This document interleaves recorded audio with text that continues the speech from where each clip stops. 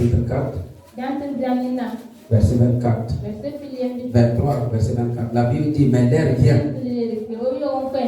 Et c'est maintenant où les vrais adorateurs adoreront le Père en esprit et en vérité. Car ce sont de tels adorateurs que le Père recherche. Dieu est esprit. Il faut que ceux qui l'adorent l'adorent en esprit et en vérité. Alléluia. Il dit l'heure vient et l'heure est déjà venue. Il dit c'est maintenant où les vrais adorateurs adoreront le Père en esprit et en vérité. Car ce sont là les adorateurs que le Père recherche. Alléluia. Comme le Père recherche des adorateurs, Christ est venu pour former un peuple de sacrificateurs. Des gens qui vont porter continuellement des sacrifices de louange, des sacrifices d'adoration à Dieu. Alléluia.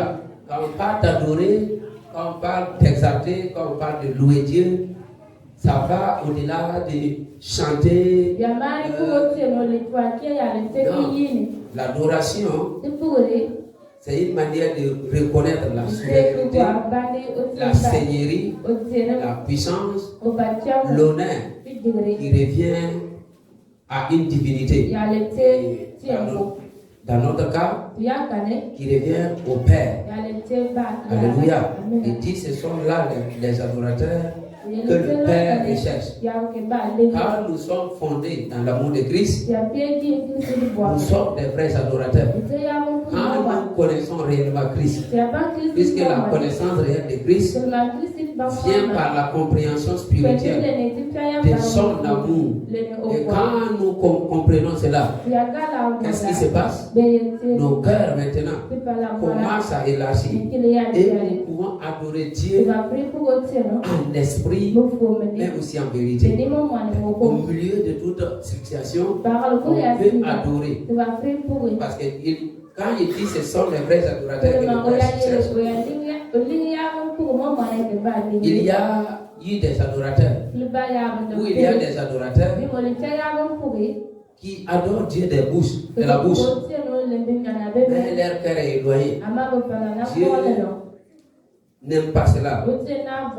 La Bible dit dans le livre d'Ésaïe, chapitre 29, verset 13. Ésaïe 29, verset 13. Le Seigneur dit, ainsi quand ce peuple s'approche de moi, il me glorifie de la bouche et des lèvres, mais son cœur est éloigné de moi. Et la crainte qu'il a de moi n'est que commandement de tradition d'homme. Vous voyez, Ésaïe 29, 13. Donc il y avait des adorateurs, mais ces adorateurs-là n'est pas des vrais adorateurs. Dieu dit qu'ils s'approchaient de lui avec leurs lèvres, mais pas leur cœur. Car nos cœurs sont plongés dans l'amour de Christ. Comme le dit la Bible dans Éphésiens chapitre 3, nous sommes près de Dieu. Nous sommes près de Dieu. Et c'est ça qui fait de nous des vrais adorateurs. Mais quand nous... Amen. Il dit au reste près et tout ce qui est honorable. Vous voyez, l'amour de Dieu, quand nous avons l'amour pour Dieu, ça nous pousse à faire ce qui est honorable, ce qui est juste, ce qui est pur. Ah, vous voyez, on dit que l'amour n'est pas en Dieu, l'amour n'est pas de mal, l'amour ne se suit pas de l'injustice. C'est ça comme ça. C'est ça comme ça. Il dit ce qui est pur, ce qui est aimable, ce qui mérite de l'approbation, ce qui est fait à Dieu, ce qui est digne de louange, soit l'objet de vos pensées. Quand Dieu nous donne des cœurs d'adorateurs, nos pensées et nos cœurs sont en Christ. Et quand Quand nos cœurs et nos pensées sont en Christ, l'objet de nos pensées sont dignes d'acclamation. Le Père recherche des adorateurs qui va l'adorer en esprit et en vérité. Voilà pourquoi, en tant qu'enfant de Dieu, tu dois connaître en tout temps l'amour dont le Père nous a aimés. Alléluia. Amen. C'est lui qui nous a aimés lorsque nous étions encore pécheurs. Alléluia. Voilà pourquoi la Bible dit que l'amour parfait parmi la crainte. Dieu ne nous force pas. Non, il ne dit pas si tu ne pries pas Dieu, il veut seulement que nos cœurs, nous puissions l'adorer en vérité et en esprit. Voilà pourquoi, quand les esprits varient, tu dois prendre ce temps pour adorer Dieu, pour ne pas cacher l'expérience. En toute situation, quand nous avons connu l'amour de Christ, là où les autres bébés, nous célébrons. Alléluia. On célèbre. Nous crions. Nous glorifions. Nous magnifions. Et ça, c'est très important. Connaître l'amour de Christ qui surpasse toute connaissance. Toute connaissance.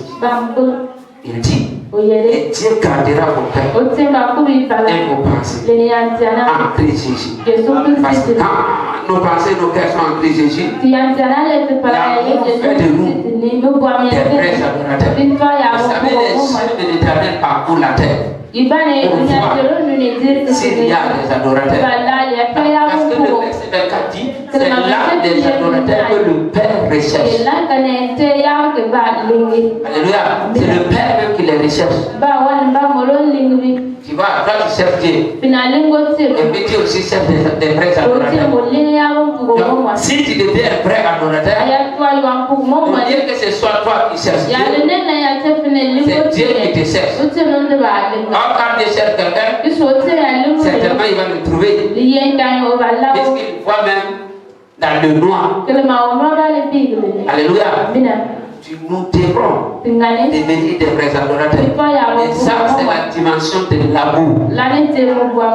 Alléluia. C'est-à-dire des gens qui honorent Dieu. Alléluia. Qui ont connu l'amour de Christ. Et c'est très important. Et ceux qui autrefois ont connu l'amour de Christ ont impacté. Alléluia. Parce que souvent, ça c'est très important. L'adorer n'est pas seulement les cantiques, mais si nous prenons même les cantiques, quand nous voyons ceux qui ont chanté, ceux qui ont composé les cantiques, quand il lit les psaumes, en leur temps, c'était pas écrit. C'est des gens qui ont connu l'amour de Christ, touchés par cet esprit, ont élevé des cantiques. C'est pas comme aujourd'hui, où les gens s'assoient souvent, c'est pas en tout temps. Et ils réfléchissent. On va chanter quoi? On va dire quoi? Ils forment des choses. Et ils élèvent. Ah, c'est pas comme ça, ça marche. Le Père, c'est des adorateurs. Pas des gens qui partent seulement à l'église. Qui dit, cette chanson-là, a chanté ça pour moi. On ne chante pas pour toi. On chante pour Christ. Quelle est la parole qui vient après? Et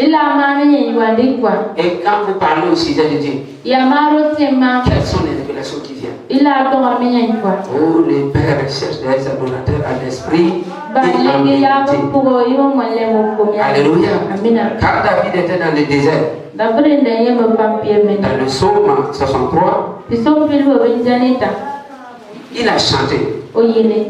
Ah, c'est des vrais adorateurs. Psaume 63, à partir du verset 1er, la Bible dit, psaume de David, Lorsqu'il était dans le désert de Juda, même dans le désert, David avait des sceaux, composé des sceaux. Regarde ce qu'il dit. Il dit, oh mon Dieu, tu es mon Dieu. Alléluia. Je te recherche. Mon âme a soif de toi. Amen. Mon cœur soupire auprès de toi. Dans une terre aride, desséchée sans eau. Il dit dans le désert, mon âme a soif de toi. Alléluia. Et je te recherche. Verset 3. Il dit ainsi, je te contemple dans le sentier. Non, dans le sentier de ta maison. Quand tu regardes comme ça, tu vois quoi? Alléluia. Il dit je te contemple. Alléluia. Dans ton sentier, tu te contemples. Il dit, pour voir ta puissance et ta gloire. Car ta bonté vaut mieux que la vie. Ça vaut mieux que la vie. Vous entendez ça? Vous entendez des cantiques comme ça? Il dit ta bonté vaut mieux que la vie. Mes lèvres s'élèvent tes louanges. Quelqu'un dans le désert. Vous voyez ce qu'il dit? Au verset 5. Il dit je te bénirai. Je te bénirai donc toute ma vie. J'élèverai mes mains en ton nom. Tu vois? Même avec tu n'as pas vu dire. Lui il était dans le désert. Toi tu es assis sur une chaise. Il dit je te bénirai en tout temps. Alléluia. Toute ma vie.